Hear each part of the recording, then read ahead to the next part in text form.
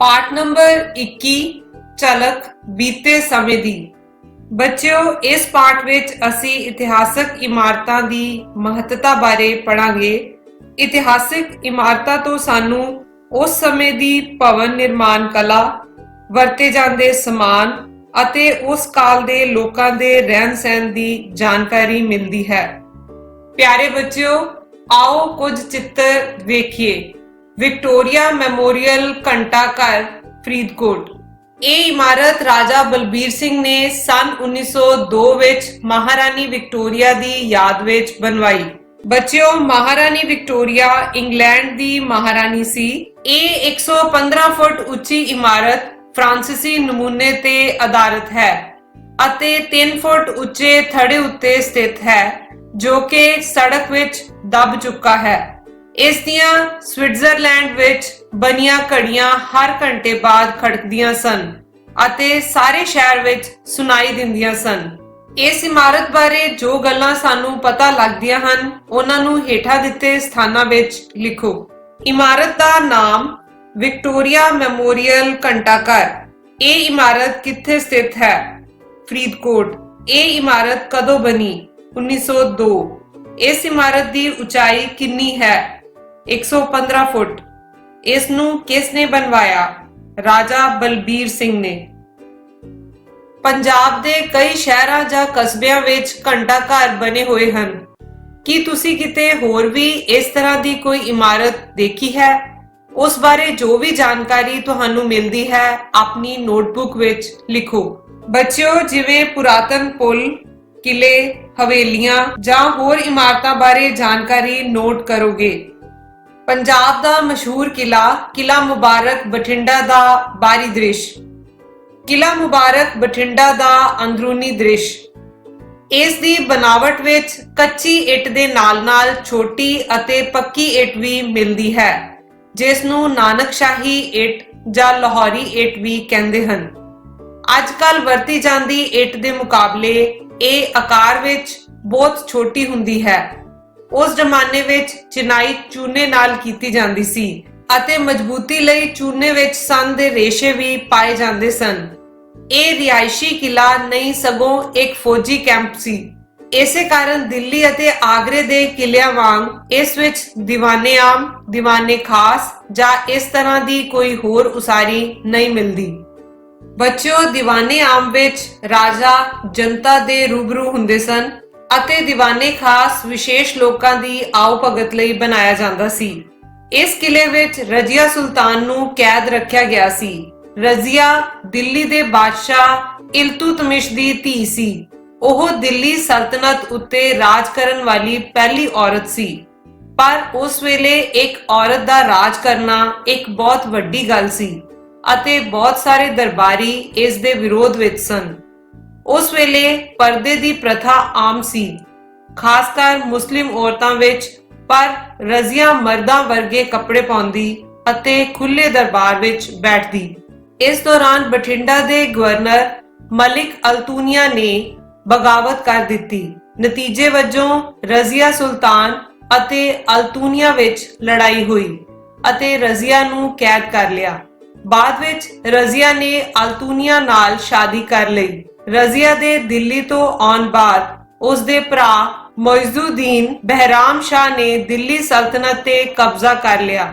ਰਜ਼ੀਆ ਅਤੇ ਉਸ ਦੇ ਪਤੀ ਅਲਤੂਨੀਆ ਨੇ ਰਾਜ ਵਾਪਸ ਲੈਣ ਦੀ ਕੋਸ਼ਿਸ਼ ਕੀਤੀ ਪਰ ਲੜਾਈ ਵਿੱਚ ਜਿੱਤ ਨਾ ਸਕੇ ਅਤੇ ਕੈਥਲ ਦੇ ਨੇੜੇ ਉਹਨਾਂ ਦਾ ਕਤਲ ਕਰ ਦਿੱਤਾ ਗਿਆ। ਹੇਠਾਂ ਦਿੱਤਾ ਸੂਚਨਾ ਬੋਰਡ ਕਿਲਾ ਮੁਬਾਰਕ ਬਠਿੰਡਾ ਬਾਰੇ ਜਾਣਕਾਰੀ ਦਿੰਦਾ ਹੈ। ਆਓ ਪੜ੍ਹੀਏ ਅਤੇ ਇਸ ਤੋਂ ਜੋ ਵੀ ਜਾਣਕਾਰੀ ਮਿਲਦੀ ਹੈ ਉਸ ਨੂੰ ਲਿਖੀਏ। ਸੰਖੇਪ ਇਤਿਹਾਸ। ਕਿਲਾ ਮੁਬਾਰਕ ਬਠਿੰਡਾ। ਇਹ ਕਿਲਾ ਗੋਬਿੰਦਗੜ੍ਹ ਦੇ ਨਾਂ ਨਾਲ ਜਾਣਿਆ ਜਾਂਦਾ ਹੈ। ਇਹ ਮੰਨਿਆ ਜਾਂਦਾ ਹੈ ਕਿ ਇਸ ਕਿਲੇ ਦਾ ਨਿਰਮਾਣ ਬਿਨੇਪਾਲ ਦੇ ਵੰਸ਼ ਵਿੱਚ ਰਾਜਾ ਦੇਵ ਨੇ ਮੁੱਢਲੀਆਂ ਸਦੀਆਂ ਦੇ ਦੌਰਾਨ ਕਰਵਾਇਆ। ਅਸਲ ਵਿੱਚ ਇਹ ਕਿਲਾ ਮਿੱਟੀ ਦੀਆਂ ਕੱਚੀਆਂ ਇੱਟਾਂ ਨਾਲ ਬਣਿਆ ਹੋਇਆ ਹੈ ਜੋ ਕਿ ਹੂਣਾ ਦੇ ਹਮਲੇ ਤੋਂ ਬਚਣ ਲਈ ਉਸਾਰਿਆ ਗਿਆ ਸੀ। ਇਸ ਕਿਲੇ ਦਾ ਇਤਿਹਾਸ ਬਹੁਤ ਹੀ ਉਤਾਰ ਚੜਾਅ ਵਾਲਾ ਰਿਹਾ ਹੈ। 11ਵੀਂ ਸਦੀ ਵਿੱਚ ਰਾਜਾ ਜੈਪਾਲ ਦੁਆਰਾ ਆਤਮ ਹੱਤਿਆ ਕਰਨ ਤੋਂ ਬਾਅਦ ਮਹਿਮੂਦ ਗਜ਼ਨਵੀ ਨੇ ਇਸ ਨੂੰ ਆਪਣੇ ਕਬਜ਼ੇ ਵਿੱਚ ਲੈ ਲਿਆ ਸੀ। ਦਿੱਲੀ ਦੀ ਪਹਿਲੀ ਰਾਣੀ ਇਸਤਰੀ ਰਜ਼ੀਆ ਸੁਲਤਾਨ ਨੂੰ ਬਠਿੰਡਾ ਦੇ ਉਸ ਸਮੇਂ ਦੇ ਗਵਰਨਰ ਮੁਹੰਮਦ ਅਖਤਿਆਰ ਉਦੀਨ ਅਲਤੂਨੀਆ ਨੇ ਇਸ ਕਿਲੇ ਵਿੱਚ ਕੈਦ ਕਰਕੇ ਰੱਖਿਆ। ਇਹ ਕਿਹਾ ਜਾਂਦਾ ਹੈ ਕਿ ਰਜ਼ੀਆ ਕਿਲੇ ਤੋਂ ਕੁੱਦ ਕੇ ਬਚ ਨਿਕਲੀ ਤਾਂ ਜੋ ਦੁਬਾਰਾ ਸੈਨਾ ਇਕੱਠੀ ਕਰਕੇ ਲੜ ਸਕੇ। ਮੁਗਲ ਕਾਲ ਦੇ ਸਮੇਂ ਲਾਹੌਰ ਨੂੰ ਜਾਂਦਿਆਂ ਰਸਤੇ ਵਿੱਚ ਇਹ ਇੱਕ ਮਹੱਤਵਪੂਰਨ ਸਥਾਨ ਸੀ। ਸਨ 1754 ਈਸਵੀ ਵਿੱਚ ਇਸ ਕਿਲੇ ਨੂੰ ਫੂਲਕੀਆਂ ਮੁਖੀ ਆਲਾ ਸਿੰਘ ਨੇ ਜਿੱਤ ਲਿਆ ਅਤੇ ਪਟਿਆਲੇ ਦੇ ਰਾਜੇ ਅਧੀਨ ਰਿਹਾ ਜਦ ਤੱਕ ਰਿਆਸਤਾਂ ਭਾਰਤ ਵਿੱਚ ਸੰਪੂਰਨ ਮੇਲ ਨਹੀਂ ਗਈਆਂ। ਇਹ ਕਿਲਾ ਉੱਚੇ ਸਥਾਨ ਤੇ ਬਣਿਆ ਹੋਇਆ ਹੈ। ਇਹ ਚੱਕਰਕਾਰ ਹੈ। ਇਸ ਦੇ 32 ਛੋਟੇ ਅਤੇ 4 ਵੱਡੇ ਬੁਰਜ ਹਨ। ਕਿਲੇ ਦੀਆਂ ਮਜ਼ਬੂਤ ਦੀਵਾਰਾਂ ਜਾਨਦਾਰ ਹਨ, ਜਿਨ੍ਹਾਂ ਦੇ ਆਧਾਰ ਦੀ ਚੌੜਾਈ ਲਗਭਗ 16 ਮੀਟਰ ਅਤੇ ਉਚਾਈ 30 ਮੀਟਰ ਹੈ। ਕਿਲੇ ਦਾ ਮੁੱਖ ਦਰਵਾਜ਼ਾ ਉੱਤਰ ਵਾਲੇ ਪਾਸੇ ਤੋਂ ਪੂਰਬ ਵੱਲ ਹੈ। ਮੁੱਖ ਦਰਵਾਜ਼ੇ ਤੇ ਤਿੱਖੀਆਂ ਨੋਕਦਾਰ ਸਲਾਖਾਂ ਲੱਗੀਆਂ ਹਨ। ਇਮਾਰਤ ਦਾ ਨਾਮ ਕਿਲਾ ਮੁਬਾਰਕ। ਇਹ ਇਮਾਰਤ ਕਿੱਥੇ ਸਥਿਤ ਹੈ? ਬਠਿੰਡਾ। ਇਸ ਇਮਾਰਤ ਦਾ ਨਿਰਮਾਣ ਕਿਸ ਨੇ ਕਰਵਾਇਆ? ਬਿਨੈਪਾਲ ਵੰਸ਼ ਦੇ ਰਾਜਾ ਦੇਵ। ਰਾਜਾ ਜੈਪਾਲ ਤੋਂ ਬਾਅਦ ਇਹ ਕਿਸ ਦੇ ਕਬਜ਼ੇ ਵਿੱਚ ਰਿਹਾ? ਮਹਿਮੂਦ ਗਜ਼ਨਵੀ। ਰਜ਼ੀਆ ਸੁਲਤਾਨ ਨੇ ਕਿੰਨਾ ਸਮਾਂ ਰਾਜ ਕੀਤਾ? 1236 ਤੋਂ 1240 ਈਸਵੀ।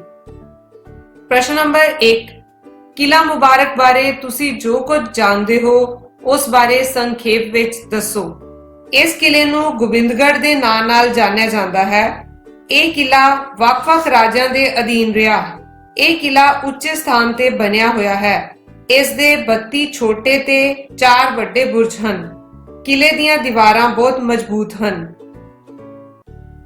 ਆਮ ਖਾਸ ਬਾਗ ਸਰਹੰਦ। ਇਸ ਬਾਗ ਦੀ ਸ਼ੁਰੂਆਤ ਬਾਬਰ ਨੇ ਕੀਤੀ ਸੀ ਅਤੇ ਬਾਅਦ ਵਿੱਚ ਕਈ ਮੁਗਲ ਬਾਦਸ਼ਾਹਾਂ ਜਿਵੇਂ ਜਹਾਂਗੀਰ ਅਤੇ ਸ਼ਾਹਜਹਾਂ ਨੇ ਸਮੇਂ-ਸਮੇਂ ਇਸ ਵਿੱਚ ਵਾਧਾ ਕੀਤਾ। ਇਹ ਮੁਗਲ ਬਾਦਸ਼ਾਹਾਂ ਦੀ ਠਹਿਰ ਸੀ।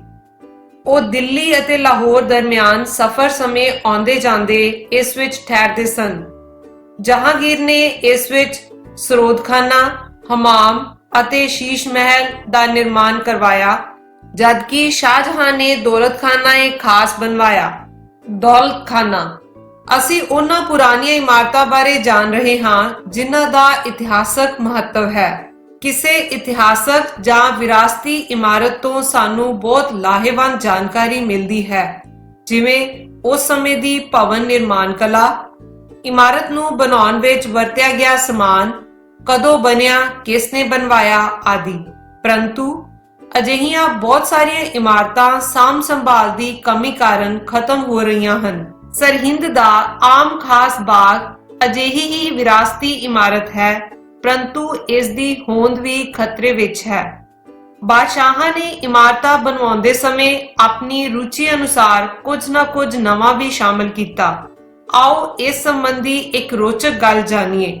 ਤੁਸੀਂ ਇਤਿਹਾਸਕ ਇਮਾਰਤਾਂ ਦੇ ਦਰਵਾਜ਼ਿਆਂ ਨੂੰ ਦੇਖਦੇ ਹੋ ਤਾਂ ਇਹ ਉੱਪਰੋਂ ਅਰਧ ਗੋਲਾਕਾਰ ਵਿਖਾਈ ਦਿੰਦੇ ਹਨ।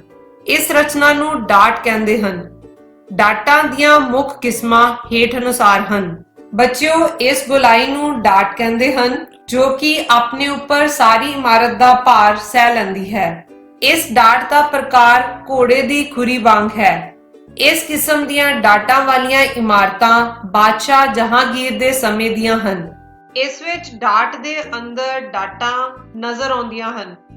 ਇਸ ਦਾ ਚਲਨ ਬਾਦਸ਼ਾਹ ਸ਼ਾਹਜਹਾਂ ਦੇ ਸਮੇਂ ਤੋਂ ਸ਼ੁਰੂ ਮੰਨਿਆ ਜਾਂਦਾ ਹੈ ਅਤੇ ਇਸ ਦੇ ਅੰਦਰ ਛੋਟੀਆਂ-ਛੋਟੀਆਂ ਡਾਟਾਂ ਹਨ।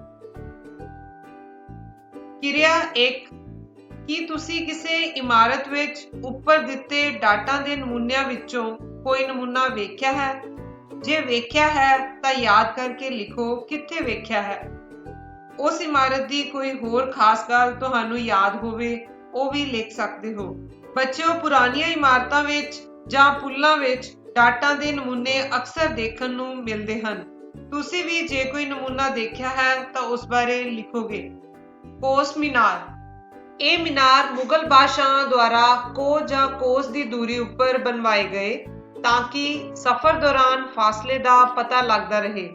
ਪੰਜਾਬ ਵਿੱਚ ਇਸ ਤਰ੍ਹਾਂ ਦੇ ਕਈ ਮੀਨਾਰ ਹਨ, ਕਿਉਂਕਿ ਦਿੱਲੀ ਤੋਂ ਲਾਹੌਰ ਦਾ ਰਸਤਾ ਪੰਜਾਬ ਵਿੱਚੋਂ ਹੀ ਜਾਂਦਾ ਸੀ ਅਤੇ ਬਹੁਤ ਹੀ ਮਹੱਤਵਪੂਰਨ ਮਾਰਗ ਸੀ। ਬੱਚਿਓ, ਅੱਜ ਕੱਲ੍ਹ ਜਿਵੇਂ ਫਾਸਲਾ ਕਿਲੋਮੀਟਰਾਂ ਵਿੱਚ ਮਾਪਿਆ ਜਾਂਦਾ ਹੈ, ਐਵੇਂ ਹੀ ਪਹਿਲਾਂ ਕੋਸ ਵਿੱਚ ਦੂਰੀ ਮਾਪੀ ਜਾਂਦੀ ਸੀ। ਕੋਸ ਮੀਨਾਰ ਦਾ ਇੱਕ ਨਮੂਨਾ ਹੈ। ਕੋਸ ਮੀਨਾਰ ਇੱਕ ਚੌਰਸ ਥੜੇ ਉੱਤੇ ਬਣੇ ਹੋਏ ਹਨ। ਇਸ ਤੋਂ ਉੱਪਰ ਦੀ ਬਣਾਵਟ 8 ਭੁਜੀ ਹੈ ਅਤੇ ਉਸ ਤੋਂ ਉੱਪਰ ਇਹ ਰਚਨਾ ਗੋਲ ਹੋ ਜਾਂਦੀ ਹੈ। ਪ੍ਰਸ਼ਨ ਨੰਬਰ 2, ਅੱਜ ਕੱਲ੍ਹ ਸੜਕੀ ਦੂਰੀ ਦੱਸਣ ਲਈ ਕਿਹੜਾ ਤਰੀਕਾ ਵਰਤਿਆ ਜਾਂਦਾ ਹੈ? ਅੱਜ ਕੱਲ੍ਹ ਸੜਕੀ ਦੂਰੀ ਦੱਸਣ ਲਈ ਕਿਲੋਮੀਟਰ ਦਾ ਪ੍ਰਯੋਗ ਹੁੰਦਾ ਹੈ। ਕੁਝ ਦੇਸ਼ਾਂ ਵਿੱਚ ਸੜਕੀ ਦੂਰੀ ਮੀਲਾਂ ਵਿੱਚ ਵੀ ਮਾਪੀ ਜਾਂਦੀ ਹੈ, ਜਿਵੇਂ ਇੰਗਲੈਂਡ। ਨੂਰ ਮਹਿਲ ਦੀ ਸਰਾਂ। ਨੂਰ ਮਹਿਲ ਜਲੰਧਰ ਦੇ ਕੋਲ ਇੱਕ ਕਸਬਾ ਹੈ। ਕਿਹਾ ਜਾਂਦਾ ਹੈ ਕਿ ਇਸ ਦਾ ਨਾਂ ਮੁਗਲ ਬਾਦਸ਼ਾਹ ਜਹਾਂਗੀਰ ਦੀ ਪਤਨੀ ਨੂਰ ਜਹਾਂ ਦੇ ਨਾਂ ਤੇ ਪਿਆ। ਇਸ ਸਰਾਂ ਦਾ ਨਿਰਮਾਣ ਮਲਿਕਾ ਨੂਰ ਜਹਾਂ ਦੇ ਹੁਕਮ ਤੇ ਕਰਵਾਇਆ ਗਿਆ। ਇਹ ਭਵਨ ਕਲਾ ਦਾ ਇੱਕ ਬੇਹੱਦ ਖੂਬਸੂਰਤ ਨਮੂਨਾ ਹੈ। ਬੱਚਿਓ, ਇਹਨਾਂ ਪ੍ਰਾਚੀਨ ਇਤਿਹਾਸਕ ਇਮਾਰਤਾਂ ਨੂੰ ਸੰਭਾਲ ਕੇ ਰੱਖਣਾ ਚਾਹੀਦਾ ਹੈ। ਪ੍ਰਸ਼ਨ ਨੰਬਰ 3, ਆਪਣੇ ਅਧਿਆਪਕ ਜਾਂ ਘਰ ਦੇ ਕਿਸੇ ਵੱਡੇ ਮੈਂਬਰ ਤੋਂ ਪਤਾ ਕਰੋ ਅਤੇ ਲਿਖੋ ਕਿ ਸਰਾਵਾਂ ਬਣਾਉਣ ਦਾ ਕੀ ਉਦੇਸ਼ ਸੀ। ਪਹਿਲੇ ਸਮੇਂ ਵਿੱਚ ਹੁਣ ਵਾਂਗ ਤੇਜ਼ ਆਵਾਜਾਈ ਦੇ ਸਾਧਨ ਨਹੀਂ ਸਨ। ਸਫ਼ਰ ਕਈ ਦਿਨਾਂ ਵਿੱਚ ਨਿਪਟਦੇ ਸਨ, ਸੋ ਲੋਕਾਂ ਦੇ ਸਫ਼ਰ ਦੌਰਾਨ ਆਰਾਮ ਕਰਨ ਲਈ ਸਰਾਵਾਂ ਬਣਵਾਈਆਂ ਜਾਂਦੀਆਂ ਸਨ। ਪੁਰਾਤੱਤਵ ਵਿਭਾਗ ਇੱਕ ਮਹਿਕਮਾ ਹੈ ਜੋ ਇਤਿਹਾਸਕ ਇਮਾਰਤਾਂ ਦੀ ਸਾਂਭ ਸੰਭਾਲ ਕਰਦਾ ਹੈ। ਬੱਚਿਓ, ਇੱਥੇ ਪੁਰਾਤੱਤਵ ਵਿਭਾਗ ਵੱਲੋਂ ਜਾਰੀ ਇਤਿਹਾਸਕ ਇਮਾਰਤਾਂ ਦੀ ਸੂਚੀ ਦਿੱਤੀ ਗਈ ਹੈ, ਜਿਸ ਨੂੰ ਤੁਸੀਂ ਆਪਣੇ ਅਧਿਆਪਕ ਦੀ ਸਹਾਇਤਾ ਨਾਲ ਜਾਣ ਸਕਦੇ ਹੋ।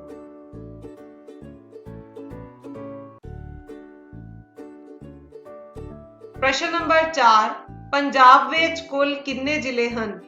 ਅਧਿਆਪਕ ਦੀ ਮਦਦ ਨਾਲ ਨਕਸ਼ੇ ਵਿੱਚ ਉਹਨਾਂ ਦੇ ਨਾਂ ਭਰੋ। ਪੰਜਾਬ ਦੇ ਕੁੱਲ 22 ਜ਼ਿਲ੍ਹੇ ਹਨ। ਹੁਣ ਇੱਕ ਨਵਾਂ ਜ਼ਿਲ੍ਹਾ ਮਲੇਰਕੋਟਲਾ ਵੀ ਬਣ ਗਿਆ ਹੈ, ਸੋ ਇਸ ਤਰ੍ਹਾਂ ਕੁੱਲ 23 ਜ਼ਿਲ੍ਹੇ ਹੋ ਗਏ ਹਨ। ਸਰਹੱਦੀ ਜ਼ਿਲ੍ਹੇ ਪਠਾਨਕੋਟ, ਗੁਰਦਾਸਪੁਰ, ਅੰਮ੍ਰਿਤਸਰ, ਤਰਨਤਾਰਨ, ਫਿਰੋਜ਼ਪੁਰ, ਫਾਜ਼ਿਲਕਾ, ਹੁਸ਼ਿਆਰਪੁਰ, ਕਪੂਰਥਲਾ, ਜਲੰਧਰ, ਮੋਗਾ, ਫਰੀਦਕੋਟ, ਮੁਕਤਸਰ, ਬਠਿੰਡਾ, ਮਾਨਸਾ, ਬਰਨਾਲਾ, ਸੰਗਰੂਰ, ਪਟਿਆਲਾ, ਫਤਿਹਗੜ੍ਹ ਸਾਹਿਬ, ਮੁਹਾਲੀ ਜਾਂ ਸਾਹਿਬਜ਼ਾਦਾ ਅਜੀਤ ਸਿੰਘ ਨਗਰ, ਰੂਪਨਗਰ, ਲੁਧਿਆਣਾ, ਨਵਾਂਸ਼ਹਿਰ ਜਾਂ ਸ਼ਹੀਦ ਭਗਤ ਸਿੰਘ ਨਗਰ। ਪ੍ਰਸ਼ਨ ਨੰਬਰ 5, 5 ਇਤਿਹਾਸਕ ਇਮਾਰਤਾਂ ਦੇ ਨਾਂ ਲਿਖੋ। ਇਹ ਇਮਾਰਤਾਂ ਜਿਸ ਜ਼ਿਲ੍ਹੇ ਵਿੱਚ ਸਥਿਤ ਹਨ, ਨਕਸ਼ੇ ਵਿੱਚ ਉਹਨਾਂ ਜ਼ਿਲ੍ਹਿਆਂ ਵਿੱਚ ਰੰਗ ਭਰ ਕੇ ਇਤਿਹਾਸਕ ਇਮਾਰਤ ਦਾ ਨਾਂ ਲਿਖੋ। ਇਸ ਕਾਰਜ ਲਈ ਅਧਿਆਪਕ ਦੀ ਮਦਦ ਲਈ ਜਾਵੇ। ਕਿਲ੍ਹਾ ਮੁਬਾਰਕ, ਬਠਿੰਡਾ, ਜਲਿਆਂਵਾਲਾ ਬਾਗ, ਅੰਮ੍ਰਿਤਸਰ, ਨੂਰ ਮਹਿਲ ਦੀ ਸਰਾਂ, ਨੂਰ ਮਹਿਲ, ਜ਼ਿਲ੍ਹਾ ਜਲੰਧਰ, ਤਖਤੇ ਅਕਬਰੀ ਕਲਾਨੌਰ, ਜ਼ਿਲ੍ਹਾ ਗੁਰਦਾਸਪੁਰ, ਕੱਚਾ ਕਿਲ੍ਹਾ ਅਬੋਰ, ਜ਼ਿਲ੍ਹਾ ਫਾਜ਼ਿਲਕਾ। ਪ੍ਰਸ਼ਨ ਨੰਬਰ 6, ਸਹੀ ਮਿਲਾਨ ਕਰੋ। ਨੂਰ ਮਹਿਲ ਦੀ ਸਰਾਂ, ਨੂਰ ਮਹਿਲ, ਤਖਤੇ ਅਕਬਰੀ, ਕਲਾਨੌਰ, ਆਮ ਖਾਸ ਬਾਗ, ਸਰਹੰਦ, ਬੋਧੀ ਸਤੂਪ, ਸੰਗੋਲ, ਸਰਾਏ ਅਕਬਰ, ਅਮਾਨਤ ਖਾਂ। ਪ੍ਰਸ਼ਨ ਨੰਬਰ 7, ਦਿਮਾਗੀ ਕਸਰਤ। ਪੰਜਾਬ ਦੀਆਂ ਵਿਰਾਸਤੀ ਇਮਾਰਤਾਂ। ਕਿਲੇ ਜਿਵੇਂ ਕਿਲ੍ਹਾ ਮੁਬਾਰਕ, ਬਠਿੰਡਾ। ਬਾਗ ਜਿਵੇਂ ਆਮ ਖਾਸ ਬਾਗ, ਸਰਹੰਦ। ਕੋਸ ਮੀਨਾਰ। ਪੁੱਲ ਜਿਵੇਂ ਮੁਗਲ ਪੁੱਲ, ਜਲੰਧਰ। ਸਰਾਵਾਂ ਜਿਵੇਂ ਨੂਰ ਮਹਿਲ ਦੀ ਸਰਾਂ। 12 ਦਰਿਆ ਜਿਵੇਂ ਪਟਿਆਲਾ ਤੇ ਬਟਾਲਾ ਵਿਖੇ ਅਤੇ ਦੌਲਤ ਖਾਨੇ। ਪ੍ਰਸ਼ਨ ਨੰਬਰ 8, ਪੰਜਾਬ ਸਰਕਾਰ ਦਾ ਕਿਹੜਾ ਮਹਿਕਮਾ ਇਤਿਹਾਸਕ ਇਮਾਰਤਾਂ ਦੀ ਸਾਂਭ ਸੰਭਾਲ ਕਰਦਾ ਹੈ? ਪੁਰਾਤੱਤਵ ਵਿਭਾਗ ਇਤਿਹਾਸਕ ਇਮਾਰਤਾਂ ਦੀ ਸਾਂਭ ਸੰਭਾਲ ਕਰਦਾ ਹੈ। ਪ੍ਰਸ਼ਨ ਨੰਬਰ 9, ਕਿਸੇ ਵਿਰਾਸਤੀ ਇਮਾਰਤ ਤੋਂ ਸਾਨੂੰ ਕਿਸ ਤਰ੍ਹਾਂ ਦੀ ਜਾਣਕਾਰੀ ਮਿਲਦੀ ਹੈ? ਕਿਸੇ ਵਿਰਾਸਤੀ ਇਮਾਰਤ ਤੋਂ ਸਾਨੂੰ ਉਸ ਸਮੇਂ ਦੀ ਭਵਨ ਨਿਰਮਾਣ ਕਲਾ, ਇਮਾਰਤ ਬਣਾਉਣ ਲਈ ਵਰਤਿਆ ਸਮਾਨ ਕਦੋਂ ਅਤੇ ਕਿਸ ਨੇ ਬਣਵਾਈ ਬਾਰੇ ਪਤਾ ਲੱਗਦਾ ਹੈ। ਪ੍ਰਸ਼ਨ ਨੰਬਰ 10 ਰਜ਼ੀਆ ਦਿੱਲੀ ਦੇ ਕਿਸ ਬਾਦਸ਼ਾਹ ਦੀ ਧੀ ਸੀ? ਰਜ਼ੀਆ ਦਿੱਲੀ ਦੇ ਬਾਦਸ਼ਾਹ ਇਲਤੁਤਮਿਸ਼ ਦੀ ਧੀ ਸੀ। ਪ੍ਰਸ਼ਨ ਨੰਬਰ 11 ਰਜ਼ੀਆ ਅਤੇ ਉਸ ਦੇ ਪਤੀ ਦਾ ਕਤਲ ਕਿੱਥੇ ਅਤੇ ਕਿਉਂ ਕੀਤਾ ਗਿਆ? ਉਹਨਾਂ ਦਾ ਕਤਲ ਕੈਥਲ ਨੇੜੇ ਕੀਤਾ ਗਿਆ ਕਿਉਂਕਿ ਰਜ਼ੀਆ ਦੇ ਭਰਾ ਨੇ ਦਿੱਲੀ ਸਲਤਨਤ ਤੇ ਕਬਜ਼ਾ ਕਰ ਲਿਆ ਸੀ। ਰਾਜ ਵਾਪਸ ਲੈਣ ਦੀ ਕੋਸ਼ਿਸ਼ ਵਿੱਚ ਹੋਏ ਯੁੱਧ ਵਿੱਚ ਉਹਨਾਂ ਦਾ ਕਤਲ ਕੀਤਾ ਗਿਆ। ਇਸ ਤਰ੍ਹਾਂ ਦੀਆਂ ਹੋਰ ਵੀਡੀਓਜ਼ ਲਈ ਲਾਈਕ ਅਤੇ ਸਬਸਕ੍ਰਾਈਬ ਕਰੋ। ਧੰਨਵਾਦ।